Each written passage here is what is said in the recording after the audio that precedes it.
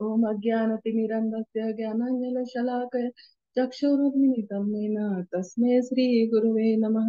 नमः अहं विष्णुपदाय कृष्णपृष्ठाय भूतले श्रीमते राधानाथ स्वामिने इति नामिने श्रीमते भक्तिवेदांत स्वामिने इति नामिने नमस्ते सरस्वती देवे गौरवाणी प्रचारिणे निर्विशेष शून्यवादी पाश्चात्य देशतारिणे जय श्री कृष्ण चैतन्य प्रभु नित्यानंद श्री अद्वैत गदाधर श्रीवासादि गौर भक्त वृंद हरे कृष्णा कृष्णा कृष्णा हरे हरे हरे राम राम राम हरे हरे हरे कृष्णा कृष्णा कृष्णा हरे हरे राम राम राम हरे हरे हरे कृष्णा कृष्णा कृष्णा हरे राम राम राम हरे हरे।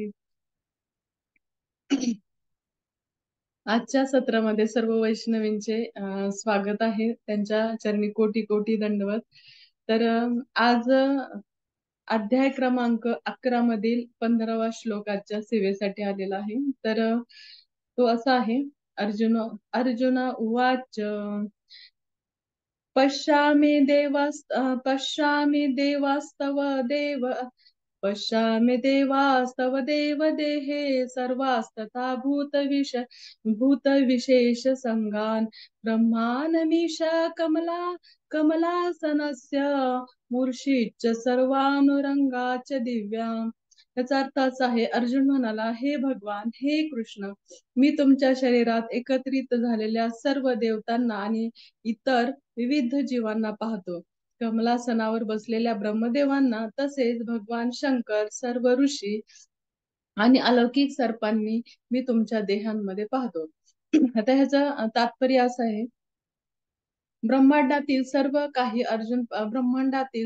अर्जुन पाहत आहे, म्हणून तो ब्रह्मांडातील आदिजीव ब्रह्मदेवांना पाहतो आणि ब्रह्मांडाच्या अधोप्रदेशात ज्यावर गर्भोदकशाही विष्णू पहुडतात त्या दिव्य सर्पालाही तो पाहतो। या सर्पशय्येला वासुकी म्हटले जाते। वासुकी नावाचे इतरही सर्प आहेत। गर्भोदकशाही विष्णू पासून ते ब्रह्मांडातील अत्युच्च लोकापर्यंत ज्या ठिकाणी कमलासनस्य ब्रह्मदेव वास करतात, सर्व काही अर्जुन पाहू शकत होता। याचा अर्थ असा आहे की एकाच जागी रथावर बसलेला अर्जुन प्रारंभापासून ते अंतापर्यंत सर्व काही पाहू शकत होता।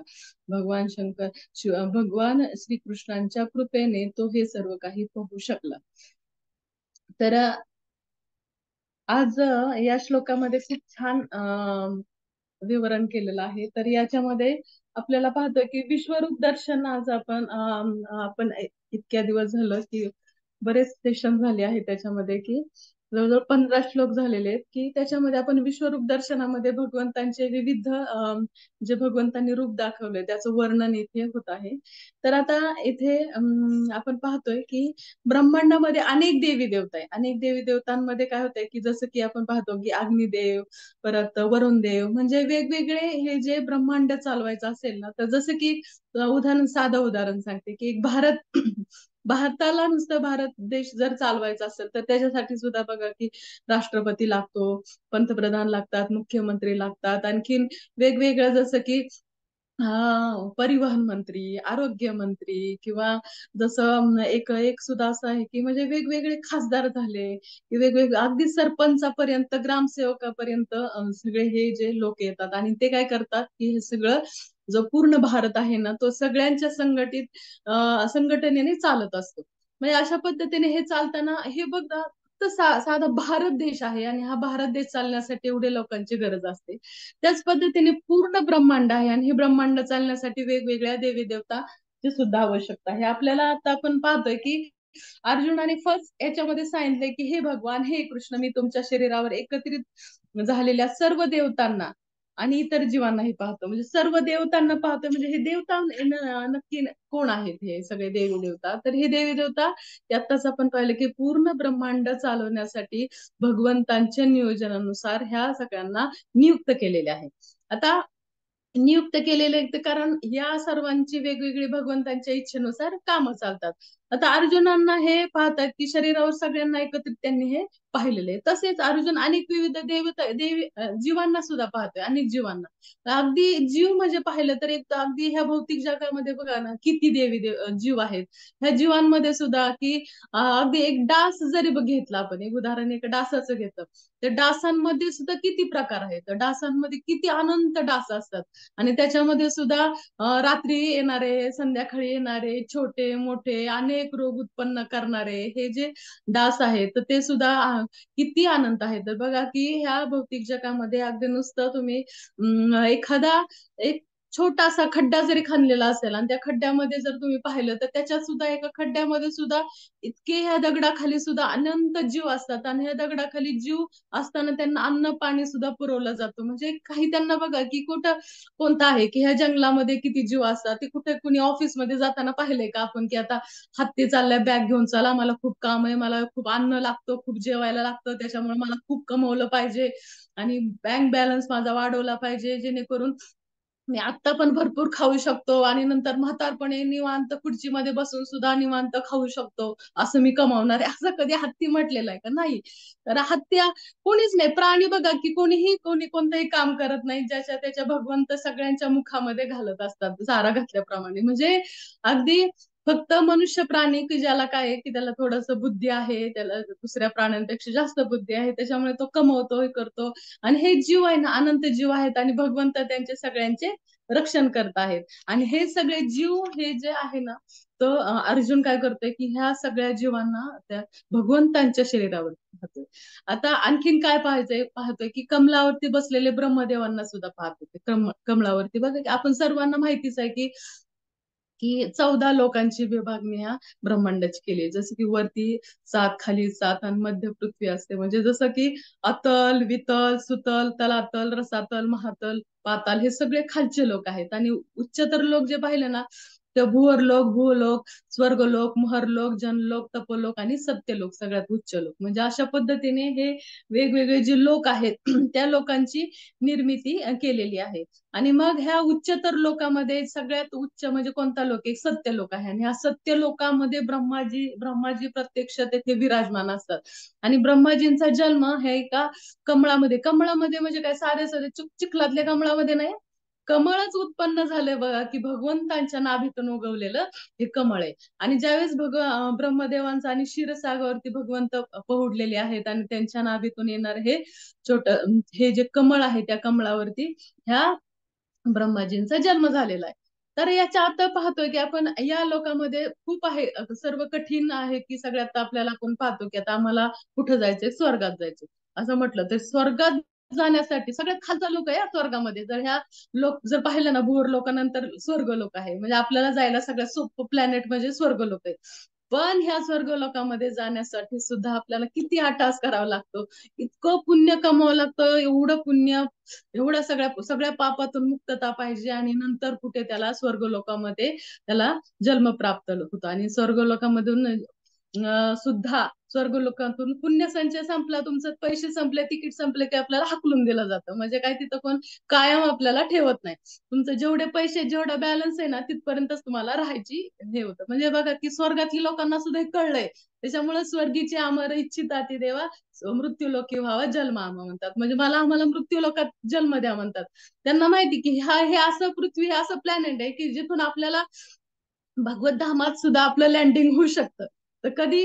जेव्हा पृथ्वीवरती आपण येऊ आणि आपल्याला भगवंतांची भक्ती करायचा चान्स आपल्याला पृथ्वीवरतीच आहे. म्हणून पृथ्वीवरती येण्यासाठी हे स्वर्गातले लोक सुद्धा तरसतात.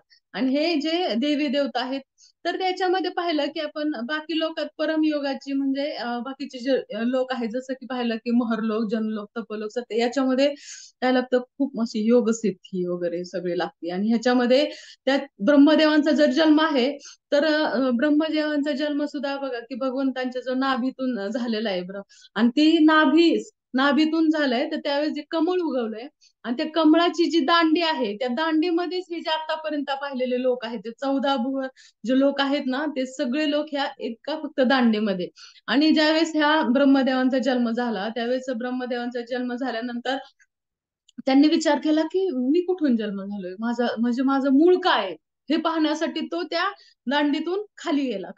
ते खाली गेल्यानंतर मध्ये जेव्हा खाली जातात तेच पाहतात खूप अनंत काळापर्यंत ते खाली जातात आणि खाली गेल्यानंतर त्यांना काय दिसतं खाली एक असं मोठं अनंत असं एक तलाव दिसतो खूप मोठा म्हणजे असं समुद्रासारखं त्यांना एक असं पाणी दिसतं आणि त्या पाण्यामध्ये आता डुबकी मारतात त्यांना कुठेही त्याचाही तळ सापडता येत नाही त्यांना आणि मग ते पुन्हा आपल्या जागेवरती जातात म्हणजे बघा किती जे तळ आणि हे शोधायचा प्रयत्न करतात खाली जे पाणी असतं ना ते काय असतं तर भगवंतांची फक्त नाभी असते आणि त्या नाभी त्यांना एकदा पूर्ण समुद्रासारखी वाटली त्यांना आणि त्याच्यानंतर ते काय झाले की वरती गेले वरती गेल्यानंतर मात्र मग भगवंत काय असं कोणाला हे असं वाऱ्यावरती सोडत नाहीत ज्यावेळेस आपल्याला खूप फ्रस्ट्रेट होतो इथपर्यंत फ्रस्ट्रेट करत नाहीत की बरं आता आत्महत्याच करू म्हणजे असं नाही की मग ज्यावेळेस ब्रह्मदेवांना काय वाटतं की काय झालंय मला कळत नाहीये माझा जन्म कुठून झालाय त्यावेळेस त्यांना फक्त एक आवाज ऐकू येतो तप तप तप असा आवाज आल्यानंतर मात्र मग ते तपश्चर्येला बसतात आणि ही पूर्ण अनंत कितीतरी 100 वर्ष म्हणजे त्यांच्या काय आपले साधे सुधे 100 वर्ष नाही तर त्यांचे 100 वर्ष ते तपश्चर्या करतात आणि तपश्चर्या केल्यानंतर त्यांना काय होतं तपश्चर्या केल्यानंतर मग मात्र त्यांना त्यांच्या हृदयामध्ये वैकुंठ धाम भगवंतांचं दर्शन होतं आणि त्यांच्या हृदयामधून त्यांना ते दर्शन होतं आणि हे हृदयातून झालेलं दर्शन म्हणजे याच्यातून आपल्याला पाहू शकतो की अर्जुन हा किती म्हणजे किती भाग्यशाली जीव आहे की तो अर्जुन रथावरती बसून सगळे लोक पाहतोय 14 भुवन सगळे लोक तो एका रथावरती बसून भगवंताच्या समोर तो पाहत आहे म्हणजे किती नशीबवान अर्जुन आहेत आणि अर्जुनांनी अगदी सर्प ते हे सुद्धा पाहतात की खाली अनंत शेषावरती भगवंत पहुडलेले आहेत आणि ते अनंत शेष वासुकी म्हटले ते वासुकीचे सुद्धा असं हे सांगतायत की त्यांचे सुद्धा वासुकी म्हणजे फक्त ते वासुकीच नाही की अनेक अनेक सर्पांना सुद्धा वासुकी नाव आहे असं आपण प्रभुपाद सुद्धा सांगतात आणि हे अनंत शेष त्यांना अनंत शेषाचं सुद्धा त्यांना दर्शन होतंय म्हणजे त्यांना भगवंतांना ज्यावेळेस आपल्याला भगवंतांना जाणायचं असेल तर मग जाणायचं कोणाला सांगायचं समजा बघा की एक वडील असते वडिलांना हे आपले वडील आहेत हे जाणायचं असेल तर कोणाकडे जावं लागतं ते शेजार बाजारला जाऊन सांगता येतं काय कोणते माझे वडील असं नाही तर कोणाला आई आई सांगते आपल्याला की हे तुझे वडील आहेत म्हणून आई सगळ्यात मोठा आपला कृपा असते की हे आपले वडील आहेत म्हणून म्हणजे हे जे ज्ञान आहे हे ज्ञान संपादन करण्यासाठी काय करावे लागते भगवंतांची भक्ती करावी लागते नुसती भक्ती जरी केली ना तरी आपल्याला सगळं काही ज्ञान आपल्या हृदयामध्ये प्रकट होत असत त्याच्यासाठी बघा आपण जर ज्ञान प्राप्त करायचं ठरवलं ना तर आपण काय करतो MBA करतो BBA करतो MBBS करतो CET देतो नीट देतो हे आपल्या आणखीन वेगवेगळ्या सगळ्या डिग्री आपण आपल्या प्राप्त करतो PhD पर्यंत आपण आपली डिग्री प्राप्त करतो आणि हे सगळा कचरा ज्ञान आपण आपल्या हृदयामध्ये मनामध्ये डोक्यामध्ये आपण घेत असतो हे आपल्या डिग्री आपण जर स्वतःहून डिग्री प्राप्त करायची ठरवलं तर हे ज्ञान प्राप्त करायचं ठरवलं तर हे ज्ञान आपण प्राप्त करत राहतो पण जर भगवंतांना शरणागत होऊन आपण जर भगवंतांची भक्ती केली तर सगळं जे ज्ञान आहे ना ते आपले ज्ञान सगळं आपल्या हृदयामध्ये प्राप्त होत असतं जसं ब्रह्माजींना हे ज्ञान ब्रह्माजींनी हे पाहिलं की अर्जुनाचं हे मोठं भाग्य आहे ना की अर्जुनाला अगदी समोर आपल्याला जेवढं प्राप्त नाही झालं एवढं ह्या अर्जुनाला प्राप्त झालंय की अर्जुन बघा प्रत्यक्ष अर्जुनाला रथावरती बसून हे सगळं ज्ञान प्राप्त झाले एक कारण काय तर अर्जुनाची शरणागती अर्जुनाने पूर्ण शरणागती घेतलेली आपण जेथे काही कमी पडतो ना मानव देह मिळालाय आणि हे मानव देह मिळालाय तो सुद्धा इतका दुर्लभ आहे की ह्या दुर्लभ मानव देहामध्ये जे प्राप्त झाले ते आपल्याला प्राप्त एक जो मनुष्य असतो ना तो मनुष्य हे त्याला जेव्हा ज्ञान होतं की आपण हे जन्म प्राप्त केलं हे किती महत्वाचं आणि किती दुर्लभ आहे म्हणजे जसं की तुकाराम महाराज काय म्हणतात किती वेळा जन्मा यावे किती व्हावी फजिती म्हणून जीव घ्याला शरण गेला विठोबासी म्हणजे भगवंतांना विठोबाला शरण कधी जातो किंवा जीव घाबरतो अरे आता भगवंतांची एकच आपला हा जन्म मिळालाय तो कसा आपण त्याचा युजफुल केलं पाहिजे आपण त्याचं त्यावेळेस मग ज्यावेळेस भक्ती प्राप्त व्हायला सुरुवात होईल मग दीनरजनी हाची धंदा गोविंदाचे पोवाडे मग मात्र मग भगवंतांच्या शरणागत जातो आणि बघा की त्याच्यावरून मी एक छोटीस गोष्ट सांगते तुम्हाला एक म्हातारी असते ती म्हातारी काय करते की तिचे जावाई येणार आहे म्हटल्यावरती तिची धांदल उडते ती 7 दिवस आधीच तयारी लागते की काय आज बनवायचंय स्वयंपाकाची याही करते तयारी करते घरावर हिकावर सुनांना कामाला लाव मुलांना कामाला लाव हे बनवायचंय ते बनवायचं इतकी धांदल उडते की सगळं काही ती बनवायला सुरुवात करते, आधीच बनवायला सुरुवात करते, आधीच लाडू कर, काय कर, टिकाऊ पदार्थ बनव, सगळं इतकं छान मेजवानी बनवून ठेवती.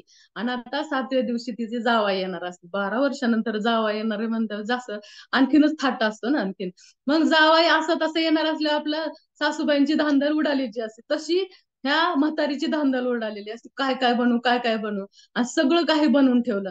मुलं उपाशी 1 वाजले तरी मुलांना सांगते अजिबात कशालाही काही खायचं नाही म्हणते, काहीच खायचं नाही, कारण जेव्हा जावई खातेल ना तेव्हाच तुम्ही खायचं, असं त्यांनी ठणकावून सांगितलं असं. सगळे उपाशी 1 वाजले तरी काय नाही. 1 वाजता, 2 वाजता, 2 वाजता मात्र फोन येतो, जावायचा फोन येतो, काय मी काय येत नाही म्हणतात, मला जरा इलेक्शनची कामं लागलेत, मला काही यायला जमणार नाही, तर आता मी परत कधीतरी बघाल आणि वेळ काढून येईल, असं म्हटल्यावर मात्र म्हातारी काय करते, डोक्याला हात लावते आणि बसते. मग म्हणते, सगळी मुलं म्हणतात काय या म्हातारीचं ऐकू नका, घ्या जेवायला. मग सगळे जेवायला बसतात, घ्या, खा खा म्हणते, खा खा, मी आठवडा झाला आपदून केलंय सगळं, सगळं वाया गेलं. गेलं का वाया सांगा बरं. मुलांनी खाल्लं मग वाया गेलं का? तसं त्या पद्धतीने पाहिलं तर वायाच गेलं, कारण ज्याच्यासाठी बनवलंय ना त्यांनीच खाल्लं नाही, म्हणून ते वायाच गेलं. मग जरी मुलांनी खाल्लं असलं तरी मग तसंच आहे, आपलं हे जीवन आहे ना मिळालंय कशासाठी, भगवंतांची भक्ती करण्यासाठी, भगवंतांना आपण पूर्ण आनंदी करण्यासाठी आपलं हा देह मिळालेला आहे. आणि आपण काय करतो, दुसऱ्याच गोष्टी करत बसतो, पूर्ण दुसऱ्या गोष्टी करतो. म्हणजे काय झालं की ज्याच्यासाठी देह मिळालाय ना ते करत नाही, आपण दुसऱ्याच गोष्टी करत राहतो, म्हणजे आपलं हे जन्म वायाच जातो. त्या पद्धतीने आपल्याला आपलं हे बहुमूल्य देह आहे ना तो आपल्याला वाया घालवायचा नाही. ते बहुमूल्य देहापासून आहे ना पूर्ण भगवंतांच्या शरणागत जायचं, पूर्ण भगवंतांच्या आणि वैष्णवांच्या शरणागती घ्यायचं. कारण वैष्णवांची शरण घेतली ना तर सगळ्या गोष्टी, जे काही प्रॉब्लेम्स असतात ना ते सुद्धा दूर होतात. जसं म्हणतात की श्री रूप सनातन भट्ट रघुनाथ, श्री जीव गोपाल भट्ट दास गुरुनाथ, इच्छाय गोसाई करे चरण वंदन, जहा होय ते विघ्ननाश अभिष्ट पुरण. म्हणजे जे काही विघ्न आहे ना तुमच्या भक्तीतलं ते भक्तांच्या वैष्णवांच्या शरणागतीने सगळं काही दूर होत असतं. म्हणजे भगवंतांची निस्वार्थ भावाने सेवा करायची,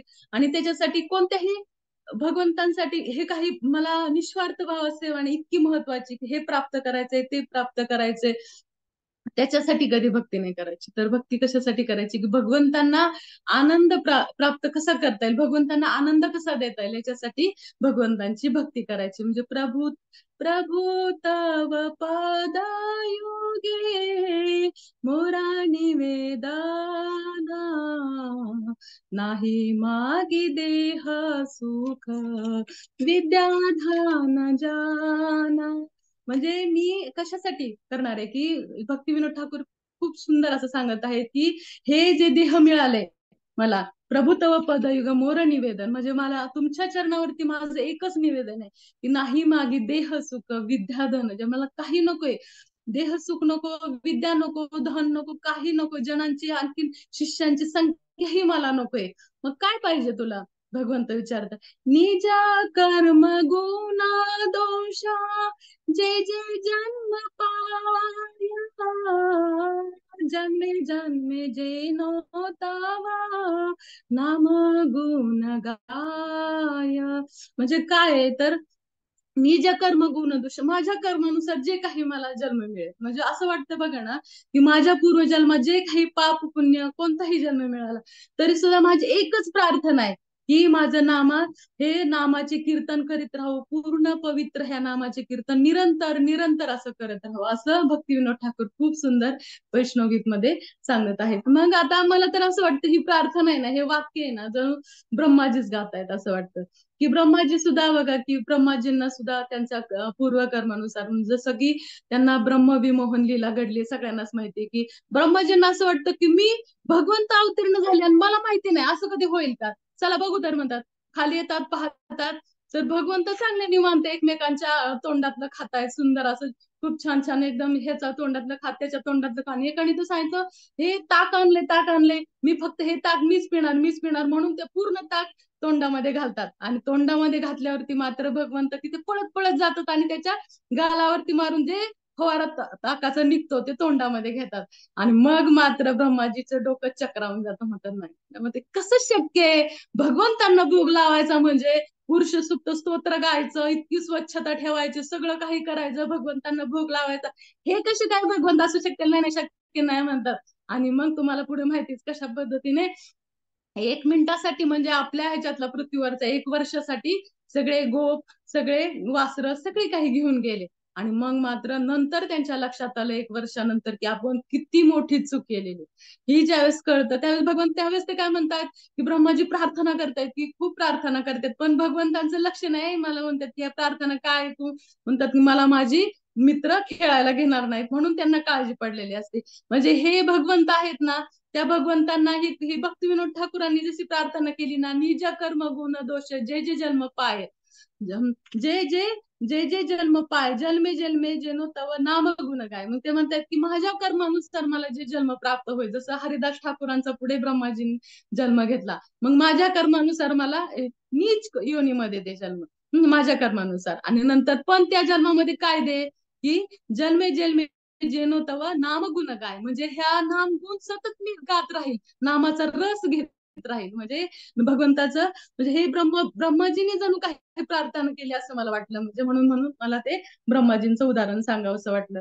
म्हणजे बघा की त्या काळामध्ये 192 माळा ते ब्रह्माजी सतत नामस्मरण करत राहायचे. आणि बघा की भगवंतांना वासुदेव म्हटलं जातं. वासुदेव वासुदेव म्हटलं की श्री वत्स, वत्स सुद्धा म्हटलं जातं. म्हणजे कसं की भगवंत असे आहेत की जोपर्यंत आपण भगवंतांची भक्ती करतो ना, म्हणजे त्यावेळेस आहे ना, साधारण भक्ती करत असेल तर तिथपर्यंत ठीक आहे, पण भक्ती ज्यावेळेस आपली पूर्ण इतकी पूर्णत्वाला जाते ना, त्यावेळेस भगवंत सतत आपल्या मागे मागे असतात. जसं की आता हा जे ब्रह्माजी आहेत, ब्रह्माजींनी प्रार्थना गायल्यानंतर अजिबात पाहिलं नाही मला काय ऐकायचं, 1 तास गायला तरी सुद्धा भगवंतांनी लक्ष दिलं नाही. काय गातोय जाऊ दे म्हणतात. मला खेळायला जायची घाई आहे. पण इथं मात्र बघा की इथं मात्र ज्यावेळेस हे हरिदास ठाकूरांच्या योनीमध्ये आले, त्यावेळेस मात्र नाम जपामध्ये भगवंत त्यांना त्यांना काय होतं, जगन्नाथपुरीच्या मंदिरमध्ये प्रवेश नव्हता, पण मात्र भगवंत रोज त्यांच्या बरोबर त्यांना दर्शन द्यायला यायचे आणि रोज प्रसाद घेऊन यायचे. म्हणजे एक वत्स कसं, वासरू कसं पुढं पळतं आणि मग पाठीमागे गाय पळत असते ना, तसं भगवंत इतके प्रेमळ होतात की ते त्यांच्या मागे मागे, भक्ताच्या मागे मागे मागे मागे पळत असतात. तसं हरिदास ठाकूरांच्या पाठीमागे पाठीमागे हे भगवंत पळतायत. म्हणजे असं हे छान वाटतंय की जसं की सौभाग्य, म्हणजे हे जे अर्जुनाला सुद्धा पाहतं की आपण पाहतो की अर्जुनाला ह्या शरणागतीचा भाव आहे अर्जुनामध्ये, त्याच्यामुळे त्यांना हे सौभाग्य प्राप्त झालं. आणि तसंच हे सौभाग्य प्राप्त झालं, तसंच की आपल्याला सुद्धा हे सौभाग्य प्राप्त होऊ शकतं की आपण सुद्धा भगवंतांच्या शरणागतीचा भाव जर आपण तसा ठेवला तर आपल्याला सुद्धा सौभाग्य प्राप्त होऊ शकतं. जसं की आता एक लेक्चर मध्ये खूप छान मी ऐकलं की त्या लेक्चर मध्ये की असं सांगितलं जातं की भगवंत आहेत ना, भगवंतांनी प्रत्यक्ष प्रत्यक्ष हे जे वेणू आहे, हे जे वेणू आहे ते वेणूवरतीच वेणुगीत मध्ये सांगितलंय की वेणुगीत मध्ये की कशा पद्धतीने हे वेणू आहे ना, ही इतकी इतकी प्रगाढ आहे की वेणूमध्ये की ती कशी अगदी गोपी आणि राधाराणी सुद्धा जळतात त्या वेणूवरती आणि म्हणतात की सतत आदर अमृत घेतीये म्हणून. आणि वेणू, आणि ती काय करते की ती राहिलेलं जे आदर अमृत आहे ती तिच्या आईला आणि वडिलांना सुद्धा देते. कोण आई आणि वडील, जसं की पाणी आणि झाड वृक्ष हे आई वडील आहेत असं ते म्हणतायत. आणि मग ते राहिलेलं तोंड धुतात भगवंत, तोंड धुतात, आणखीन काय करतात तिथे गुळणा करणार, तोंडी करणार, ओठाने पाणी पिणार, सगळे हे सगळं, मग हे सगळं प्राप्त होतंय. आणि नंतर छान असं वृक्षावरती झाडावरती जाऊन बसणार, म्हणजे त्यांनाही अदमृत सगळं काही मिळतंय. पण आम्हीच असं आहे की आम्हाला काय त्यांनी पुण्य केले वेणूने, आणि मग असं त्यांना म्हणतात. आणि मग त्याच्यामध्ये इतकं छान अशी गोष्ट सांगितली की हे जे वेणू आहे, हे वेणूला इतकं काही सौभाग्य प्राप्त झाले, पण पुढे ते वेणू आहे ना, जी वेणू आहे, सूर आहे त्याचा, तो पुढे महामंत्राच्या रूपाने आला असं सांगितलं जात की महामंत्र ज्यावेळेस जप करतात ना, आपण एक भक्त जप करतो ना, त्यावेळेस भगवंत त्या वेणूकडे आकर्षित होतात, नामस्मरणाकडे आकर्षित होतात की हा किती सुंदर गातोय, किती सुंदर जप करतोय. कधी कधी आळसाने गात असेल ना तरी सुद्धा जाऊ दे, गातोय ना, काहीतरी गातोय ना असं म्हणून भगवंत त्याचे आसपास फिरत असतात. आणि थोडासा एखादा एखादा मंत्र जरी असं छान आला ना की हा म्हणतात किती सुंदर गायलं, किती सुंदर वेणू वाजवतोय, म्हणजे पुन्हा त्याच्या मागे पळायला भगवंत तयार होतात. म्हणजे अशा पद्धतीने की एक जे सौभाग्य प्राप्त करून घ्यायचं असेल, जसं अर्जुनाला सौभाग्य प्राप्त झालं, जसं आता ब्रह्माजीला दुसऱ्या जन्मामध्ये की हरिदास ठाकूरांच्या रूपामध्ये जसं सौभाग्य प्राप्त, जसं तसं आपल्यालाही प्राप्त होऊ शकतं की आपण एक वेणू गायची, आपण सुद्धा एक बासरी वाजवायची, भगवंतांसाठी बासरी वाजवायची. आणि ती बासरी महामंत्राच्या रूपाने आपण वाजवू शकतो. आणि एका एका मंत्रासाठी भगवंत तरसलेले असतात की हा हा हा मंत्र तो ऐकणार आहे बरं का. आता हा मंत्र ऐकला ना की मी मात्र त्याच्याजवळ मी तिथंच जाऊन बसणार असं म्हणणार.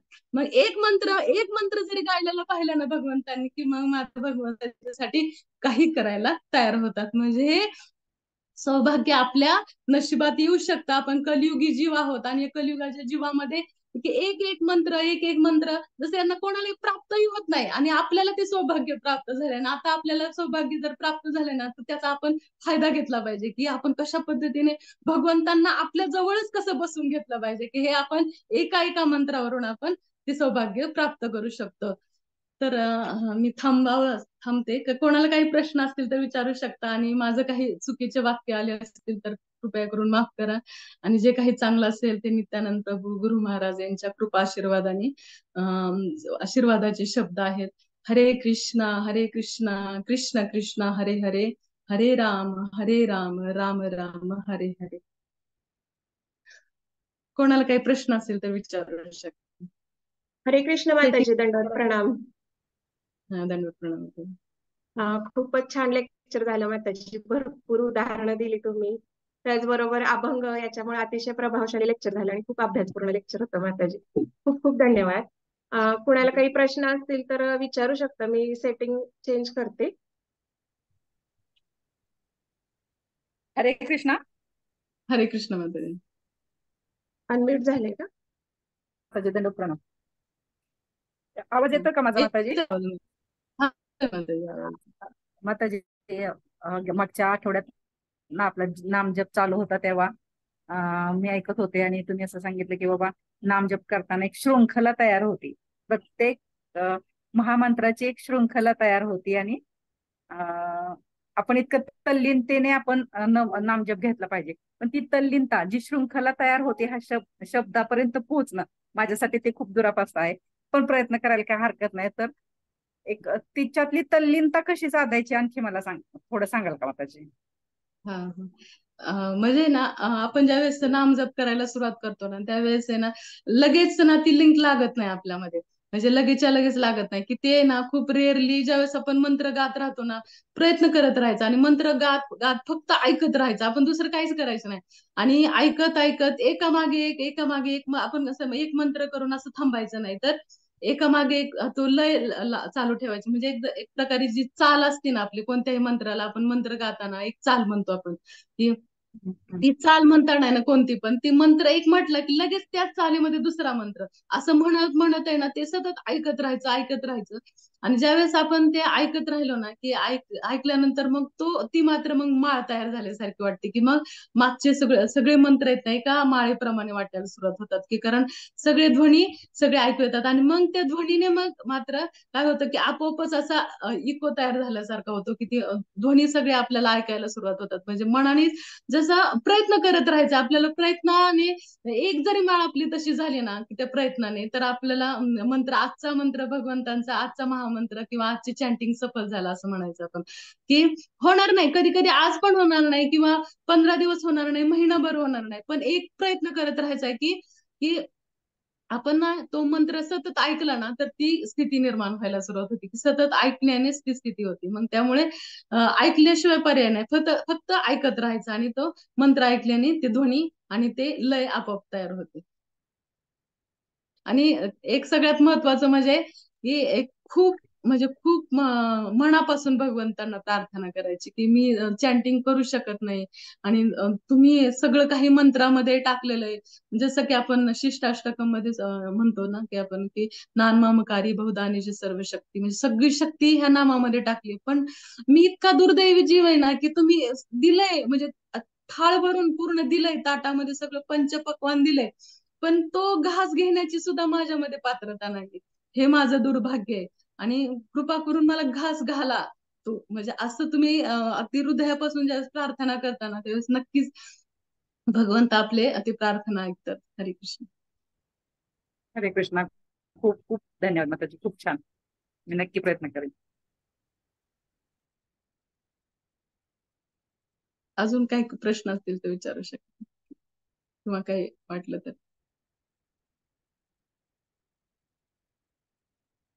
बोला ना माताजी. पवित्र माताजींना म्यूट होता येत नाही का? सेटिंग हे केलं नाही का माताजी?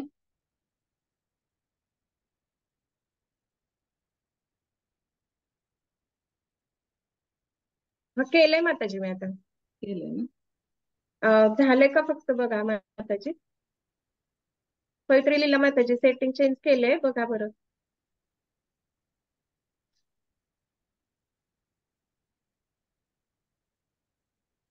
अजून कोणाला काही असतील प्रश्न तर विचारू शकता.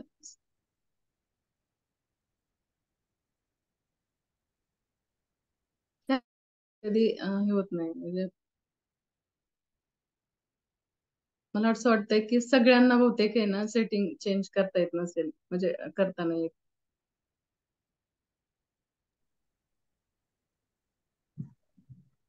हा, हरे कृष्ण माताजी. हा हरी बोल. थँक्यू माताजी. ऍक्च्युली प्रॉब्लेम पण तुमचं लेक्चर खूप सुंदर झालं. विशेषतः ते भक्तवत्सलतेबद्दल भगवंताच्या जे सांगितलं ना ते खूप आवडलं माताजी, आणि खूप हृदयस्पर्शी होतं. मला एक प्रश्न होता माताजी की तुम्ही जे म्हणाला ना की आपण जेव्हा चॅन्टिंग करतो आणि आपला स्वर आपण ऐकायचा आणि ते त्याच्यामध्ये राहायचं, आपण म्हणजे ते श्रवण करण्याला एवढं महत्व आहे. हे महत्व आपण कशा पद्धतीने टिकून ठेवू शकतो, म्हणजे ही जी चेतना आहे ती टिकून ठेवायची आपण दररोजचा हा संघर्ष आहे म्हणून. हा खरंच आहे, म्हणजे रोजचा संघर्षच आहे आपला.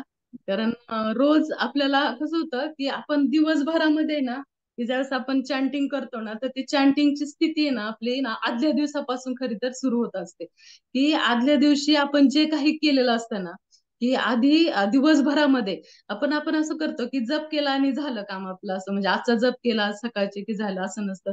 तर दिवसभरामध्ये आपण कोणती कॉन्शियसनेस आपण आपल्या माइंड मध्ये ठेवतो, म्हणजे दिवसभरामध्ये जसं की आपल्या दिवसभरामध्ये की आपण किती सेवा केली किंवा भगवंतांचं किती स्मरण केलं, प्रत्येक क्षण आपला आपण पूर्ण भक्तिमय घातलाय का. जरी आपण आपलं इतर कामं करत असलो, इतर आपल्याला खूप कामं असतात वेगवेगळी, की घरची कामं असतात, सगळी काम, हे काम तर चालूच राहणार आहे पण ही शरीराने, पण आपली मनस्थिती कशी आहे त्या सगळे कामं करण्यामध्ये, आणि ती कामं कशी काही आपण भक्तिमय करू शकतो हे पण माहिती. आपल्याला खूप वेळा सांगितलं जातं की आपण जो काही जॉब करतो तो तो भगवंतांसाठी करायचा आहे. जे काही घरची कामं करतो ते सुद्धा आपण स्वयंपाक बनवतो तो भगवंतासाठी बनवायचा आहे. आणि आपण असा उगाच वायफट वेळ न घालवता की प्रत्येक क्षण जर आपण भगवंतांच्या म्हणजे अगदी तुम्हाला म्हणजे हे उदाहरण छोटस सांगायचं, अगदी बाहेर जाऊन आहे ना कपडे वाळायला घालण्यात का जेवढा वेळ लागतो की नाही, तेवढा सुद्धा तेवढ्या वेळामध्ये सुद्धा आपण जर छोटसे लेक्चर्स ऐकत राहिलं आणि ते लिंक कंटिन्यू करत राहिलो, आपण ते छोटस वाचलं किंवा काही लेक्चर्स ऐकले, अगदी 5 मिनिटं सुद्धा वेळ न घालवता आपण आहे ना प्रत्येक आपला मिनिट आहे ना आपला ना त्या युटिलाइज करायचा आपण आपल्या ह्याच्यामध्ये भगवंताच्या स्मरणामध्ये. आणि हा जो दिवसभराचा काल आहे ना त्याच्यानंतर आहे ना संध्याकाळी रात्री झोपायची स्थिती, झोपताना सुद्धा लवकर आपण झोपून आहे ना सकाळी पहाटे उठायचं. आणि हे ना जास्तीत जास्त स्थिती आपली ना पहाटेच निर्माण होते, कारण पहाटे एकदम ब्रह्ममुहूर्त असतो आणि त्या ब्रह्ममुहूर्तावरती ज्यावेळेस आपण चॅन्टिंग करतो ना त्याच वेळेस आहे ना एकदम शांतता असते आणि ती लय पण तयार होत असते पहाटे जास्त करून. आणि मग त्यावेळेस ती लय तयार होते, नामस्मरण ऐकत राहतो, भगवंतांना प्रार्थना करत राहतो, आणि 4-4 माळा जप झाले की आपण काही प्रार्थना करू शकतो, जसं की छाय गोसाई करी चरणवंदन जाहवती विघ्ननाश अभिष्ट पुराण, म्हणजे काही माझ्या जीवनामधले काही जे काही अडथळे आहेत ना माझे दूर करा म्हणून. आणखीन कृपा करी नाम रूप मोर जीवाय निरंतर नाच प्रभू धरी तो पाद, म्हणजे हे नामरूपाला सुद्धा प्रार्थना करू शकतो की नाम आहे ना एक हे मिळतो, फ्रेम सुद्धा मिळते. नाम आपल्या घरामध्ये ना आपल्या मंदिरामध्ये स्थापित पाहिजे, की ते एक हरिनाम प्रभू येते आणि त्यांना सुद्धा आपण प्रार्थना करू शकतो, त्यांची सेवा करू शकतो, फुलार्पण करू शकतो, जप करताना आपण आपल्याला समोर घेऊ शकतो आणि ह्या नाम भगवंतांना सुद्धा प्रार्थना करू शकतो. म्हणजे आपल्या आधीच्या दिवसभराची जी काही मानसिक स्थिती आहे, परत रात्री झोपण्याची स्थिती, त्याच्यानंतर पहाटे उठण्याची स्थिती आणि त्याच्यामध्ये करणार आपलं नामस्मरण, ह्या सगळ्यातून आपल्याला आहे ना की ह्या सगळ्या अनुकूल परिस्थिती ज्यावेळेस आपल्यामध्ये तयार होती ना त्यावेळेस आहे ना आपण खऱ्या अर्थाने आपण ती स्थिती हे करू शकतो, म्हणजे स्थिर करू शकतो त्या स्थितीला. शक्य नाहीये आपल्याला काही वेळे कधी कधी रात्री कुठेतरी बाहेर जातो, उशीर होतो, उशीर झालं उशिरा उठणं होतं.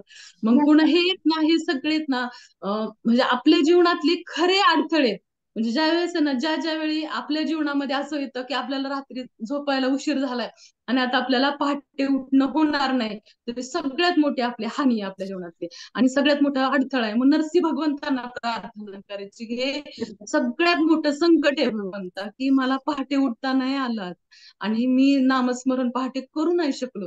हे सगळ्यात मोठं हे आपलं दुर्भाग्य आणि आपण हे नरसी भगवंतांना प्रार्थना केली पाहिजे की माझ्या भक्तीमधलं जे काही विघ्न आहे ना ते दूर करा म्हणून की मला रोज मी पहाटे उठून जप केला पाहिजे. हे सगळ्यात मोठं जीवनाचा उद्देश आहे असंच नरसी भगवंतांना म्हणायचं.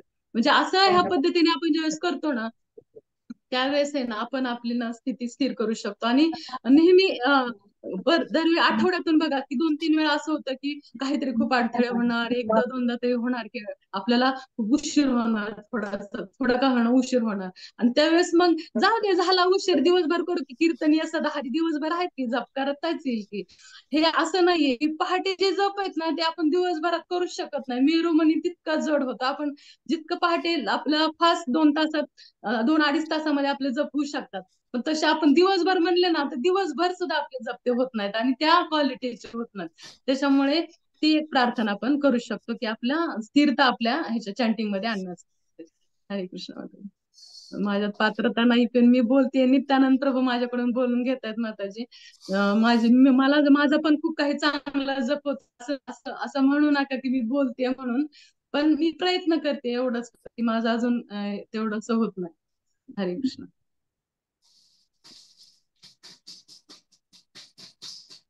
अजून काही असतील तर विचारू शकता कोणाला प्रश्न.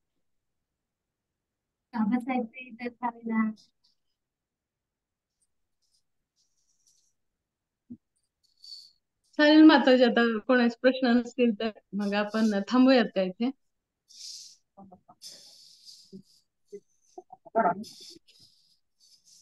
चालेल माताजी, मग थांबायचं का? हो थांबूयात. मग एंड करू का माताजी मीटिंग? प्रश्न हो नसतील तर. चालेल करा. चालेल चालेल. हो हरे कृष्ण माताजी, खूप खूप हरे धन्यवाद. हरे कृष्ण.